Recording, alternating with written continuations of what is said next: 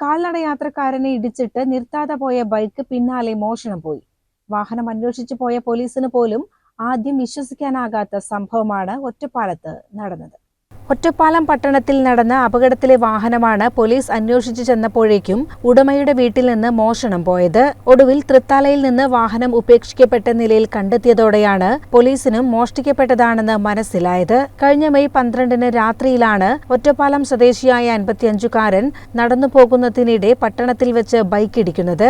ആദ്യം നിർത്താനൊരുങ്ങി പിന്നീട് വേഗത്തിൽ ഓടിച്ചു പോവുകയായിരുന്നു ഈ വാഹനം. പരിക്കേറ്റ 55-കാരൻ ചികിത്സ പൂർത്തിയാക്കി ആശുപത്രി വിട്ടെങ്കിലും വാഹനം കണ്ടെത്തിയിരുന്നില്ല. പോലീസ് CCTV ക്യാമറകൾ കേന്ദ്രീകരിച്ചു നടത്തിയ അന്വേഷണത്തിലാണ് വരോട് സ്വദേശിയായ 22-കാരനാണ് ബൈക്ക് ഉപയോഗിക്കുന്നതെന്ന് കണ്ടെത്തിയത്. തുടർന്ന് ഇയാളുടെ വീട്ടിലെത്തി അന്വേഷിച്ചപ്പോൾ വാഹനം ഇടിച്ചത് സമ്മതിച്ചു. പഴയ വാഹനം വാങ്ങിയാണ് ഇയാൾ ഉപയോഗിക്കുന്നത്. എന്നാൽ ഉടമയുടെ പേര് മാറ്റിയിരുന്നില്ല. വാഹനം എവിടെയെന്നും ഇയാൾ പറഞ്ഞില്ല. തുടർന്ന് ചോദിച്ചപ്പോഴാണ് കാണാനില്ലെന്ന വിവരം അറിയിച്ചത്. എന്നാൽ വാഹനം ഹാജരാക്കാതിരിക്കാൻ വീട്ടിൽ നിന്നു മാറ്റിയതാകാമെന്നായിരുന്നു പോലീസ് ആദ്യം ധരിച്ചത്. പിന്നീട് മോഷ്ടിക്കപ്പെട്ടതാണെന്ന് തിരിച്ചറിഞ്ഞു. ഒടുവിലാണ് തൃത്താലയിൽ നിന്ന് ബൈക്ക് പോലീസ് തന്നെ അന്വേഷണത്തിൽ കണ്ടെത്തുന്നത്.